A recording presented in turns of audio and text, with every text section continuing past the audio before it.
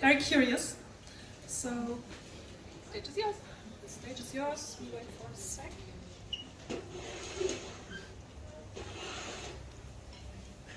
You can see your countdown here if you want to.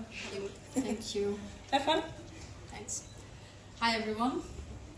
As you can see the title, I have a question for you. What comes to your mind when you hear the phrase "what if"? We could change the world. Oh, that's very nice. But to me, what if usually induces anxiety. At least in the past, I always thought what if as something negative, but I have been reframing my thoughts and thought this doesn't have to be that way. So this is why the title, What If Your Style Could Change the World? Now, when we talk about changing the world, I know it's very generic. Everyone wants to change the world. But on the other hand, we as human beings are very powerful, and anything we do has actually an impact on the society, and that could be your style. I'll talk about more in the next slides.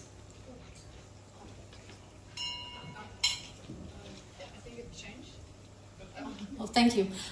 Introduction, my name is Nishor Kunigar, and I'm a serial entrepreneur. I love to play with business ideas. Although my background is IT, I don't limit myself to IT only. I like to fusion with different ideas, and I'm always welcoming to new ideas, and I would love to work with that.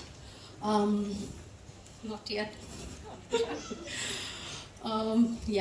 So I want to share something with you. I think that would really help the people who would want to be entrepreneurs or are entrepreneurs right now. I think something to master. The green one. Thank you. Big one. Okay, so I have mastered the art of being in the present. This is something that's very important because when you are an entrepreneur, you have so many responsibilities. It's not only about the idea, it's also about the execution, the hiring, the supply chain. There's so much going on, and you don't know whom to hire, whom to trust, and also your family, your work-life balance, it's crazy. So recently, I thought I don't have to think of the future. If I really am in the present right now, I can really enjoy. And this is what entrepreneurship is. Like, it's not about pressuring yourself to create something new. It's about following your passion and really enjoying the flow. Now, a big contributor of our idea today is Piet Mondrian. And I would be borrowing a quote from him. It is, art is not made for anybody, and is at the same time for everybody. So to me, it meant that when an artist draws something, it's not specifically targeted to someone specific or a group of people, but whenever we general people go to any galleries and see the pictures, we always have something like a perception. And that's what makes us connected to the artist. So it actually is for everybody. Now, I hope you have seen that somewhere, but even if not, you can get to see it now. This is a very popular form of art. It's called Mondrian art, and it's a sample of his artwork. This is really beautiful to me. It's because only in this simplistic art form, he provided a universal harmony, and he was a very spiritual person. He talked about consciousness in his art form many times, and to him this balance with the grid patterns and horizontal and vertical lines, and also the primary colors, he wanted to create the harmony, the balance of the universe. Now, another element of our idea today is the Nakshi Kanthar embroidery. It's a Bengali form of art, and I'm from Bangladesh, and this is very popular in the rural areas of our country. There's also a poet's name. He's called Jasimuddin, and the English name is the field of Embroidered Quilt. So the women in our country, what they do is when they have some spare time, they create this embroidery for their loved ones, usually romantic partner, to be specific. So if a woman really loves someone, they gift this to their partner or husband who is at work or maybe living in a far distant country. Now let's talk about one of the core elements of today, which is AI-generated images. You can see that there are two images here, and they were created by me with Midjourney AI. And I have used prompts. If you have used Midjourney AI, you know about it, but even if you don't, I will simplify it for you. It's like you can give prompts with certain keywords to the software, and you can write down what you want to see. Suppose on the left I wrote a couple, Prague, moonlit night, Charles Bridge, and then it came as a complete picture. And on the right I wrote firework, July 4th, stuff like that, and then this were created. Now it's about fusion, the idea, what we did. You can see the dress styles. Unfortunately, the embroidery part isn't visible here because it's not in the dataset of the software we used, but it's absolutely possible to do that in the future. This is a sample of what we think of AI being integrated in fashion. Like, this is a style that you can create with so less cost and so less time, and it doesn't even take a long time. Like, you can generate a lot of images or art, and you can't stop it. Like, when you start, you will do so much with it, and it's so much fun. You will forget that you have to do it for your customers, or like, it doesn't feel like work. That's what I mean. And you can see both of them follows the style of Mondrian. And interestingly, these are AI generated images. So the main idea, the supply chain, I won't be discussing too much, but you can see in bullet points what we focus on. A fashion brand at this age, it's very important to focus on sustainability, and also like really thinking about what you are doing with the labors.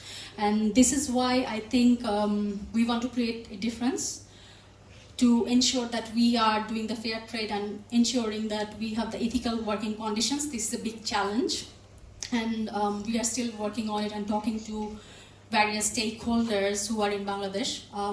Since childhood, I have been seeing these garment workers who aren't really satisfied with their wages and working conditions, and I have seen so many people who are involved in the business who have so much power, but unfortunately they are not doing anything about it.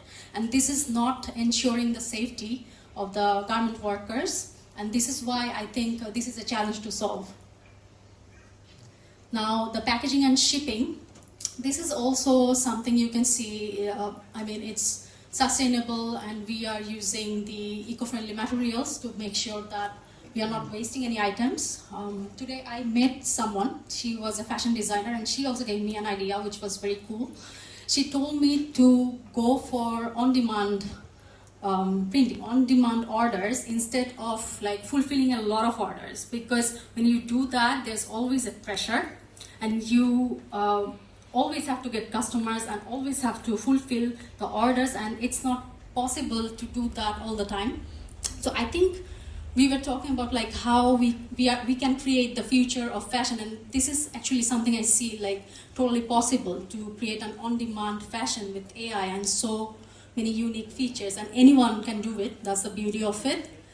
Finally, as I told you, like one of our main goals is to empower the unprivileged rural women in Bangladesh, especially because that's a big problem, to ensure the fair wages and also giving them access to educational resources.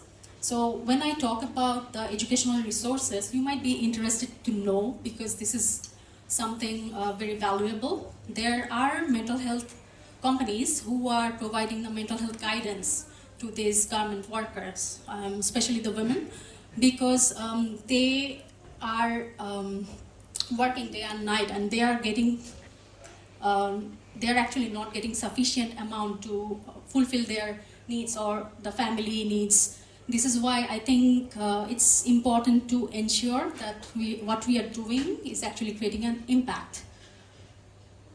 Finally, I would like to say something, and this is also something you can carry on. There's nothing to be afraid of AI. I know people are afraid of losing jobs and what will happen in the future, but if we don't embrace it, we would be scared forever. And the thing is, yeah, I'm not saying that AI can't take your job if you are not like confident enough. Like if you think, yeah, it will. But if you think like, no, AI can replace me, I want to use it to create art, music, culture, and whatnot. Like it's endless. The opportunities are endless. You can do so much with AI. Thank you so much. That's all, and you can contact me here.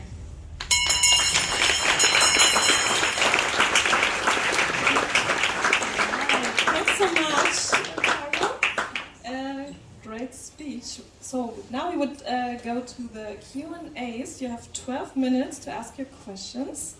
And you have a question? And Tobias will help me with that. Okay, some questions? Let's start with Sophia.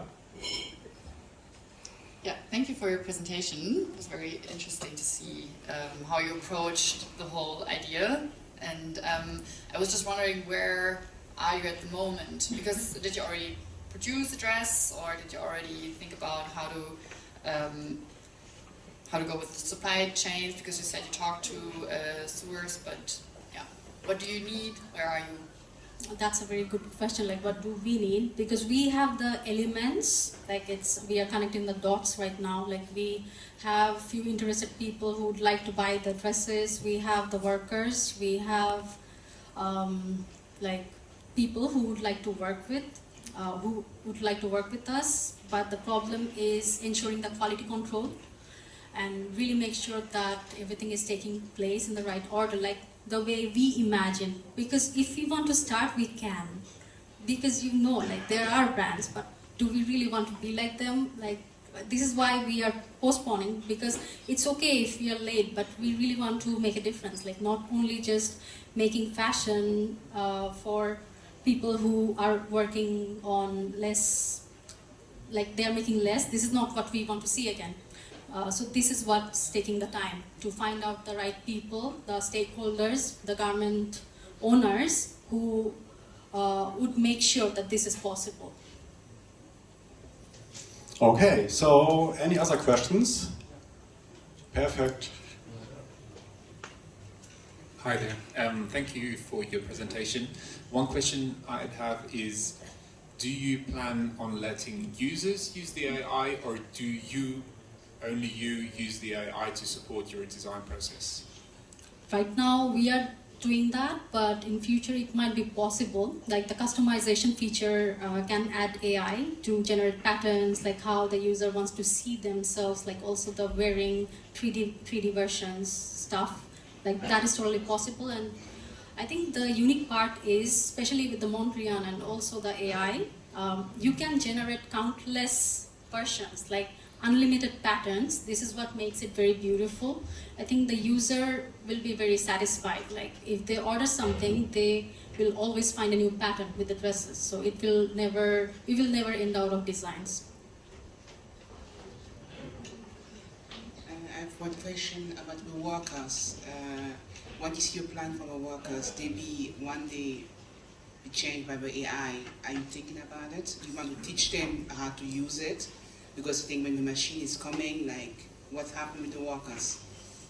For now, we plan to use AI for the design purpose only, like not so much with the workers themselves. For the manufacturing and construction stuff, they will be still using their manual instructions as they have been following for now, till like back then. But in future, this is a possibility that the workers also learn about AI, at least some basic stuff, to know how the designs are being produced. And if they are comfortable, it's totally possible that we can also make their work easier.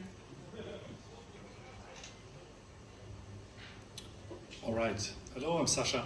Thank you very much for your presentation. It is, it's very interesting to see like the cultural link to the, the topic I don't know the exact pronunciation. I'm sorry. But how is it like?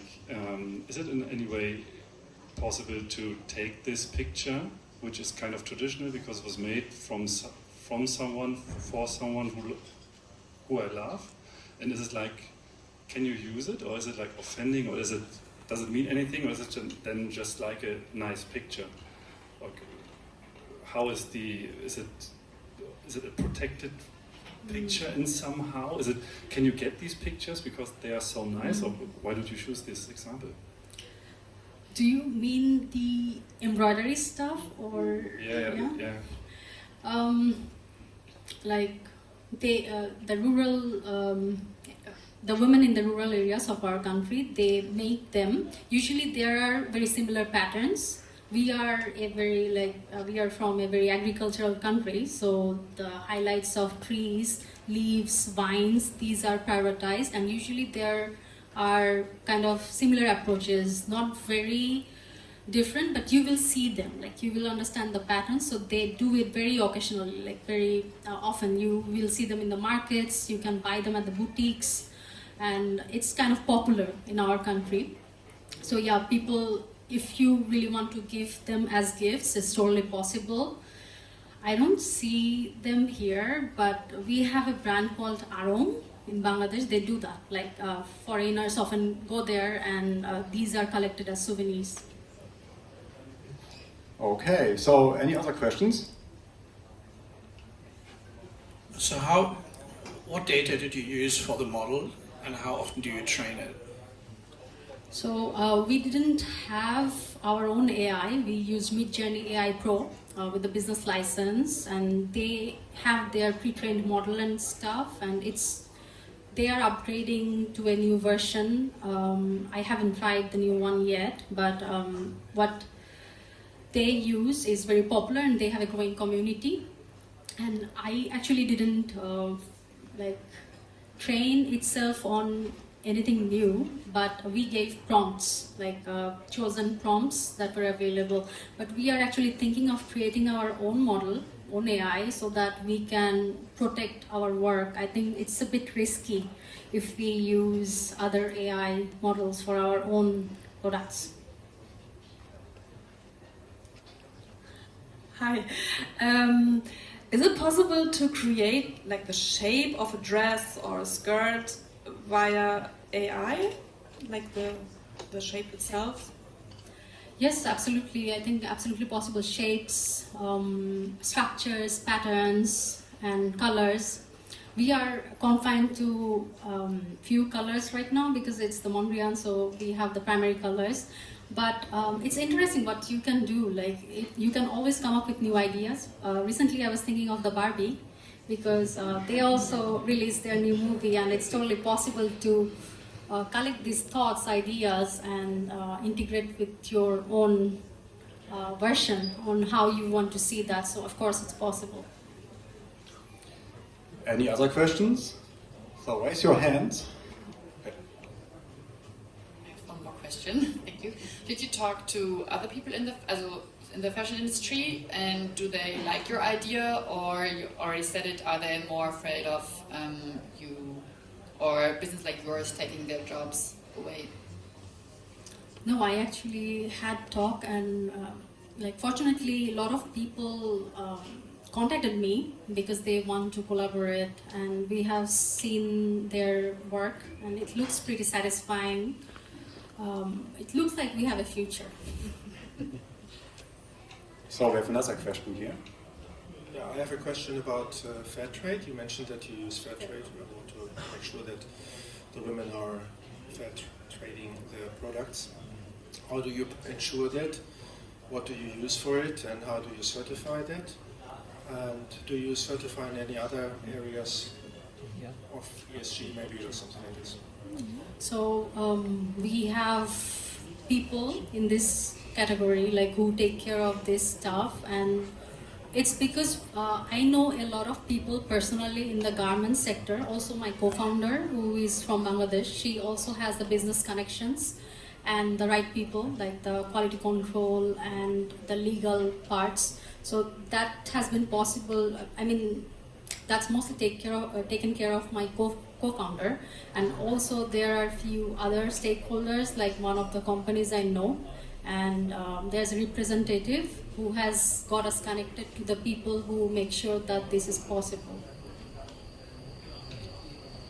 And regarding the materials and the colors, environmentally friendly colors, environmentally friendly garments, how do you ensure that?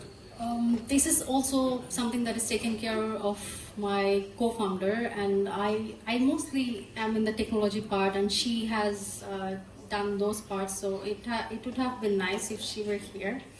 But what I can say is there are very less people who are actually concerned about these things in Bangladesh, and it's still very much of a growing place where people are talking about vegan, vegetarian, and these products, also the clothing brands and stuff, but at least there's a community in Dhaka, the capital city.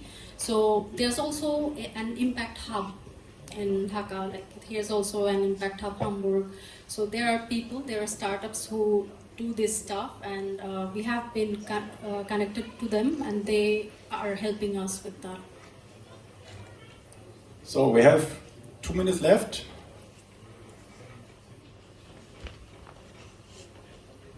Hi, my name is Martin. Thank you for your input.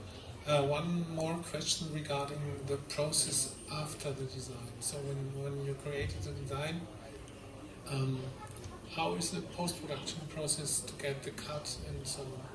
Is it also used with AI, or I get an image, like JPEG file, whatever, and then what's the next step to get it to production? For now, it's actually very simple. Like the design process is only based on AI. We don't use it for post-production or the packaging or other stuff or supply chain. It's very simple. Like we only put the designs, and that's only the AI part. Everything else is still manual. 1 minute left for the last question. Hi, thank you. I'm not really into on this whole subject, but your first slide, I think, said like, how can your style improve or Change the world. Yeah. As an artist, how do I still have a style if I use AI? Isn't it just generated from things that have been there before? Really depends on your perception. Like, sorry, I did too. No, like I get these questions because I have read these on Reddit and other communities, like where's the uniqueness? But you know, everyone has a style. It doesn't even have to be AI generated. What I meant by my first slide is, if you wear basic, if you wear something very much of a party style, extravaganza, whatever, you have your own uniqueness, and by that you are offering a message to the society.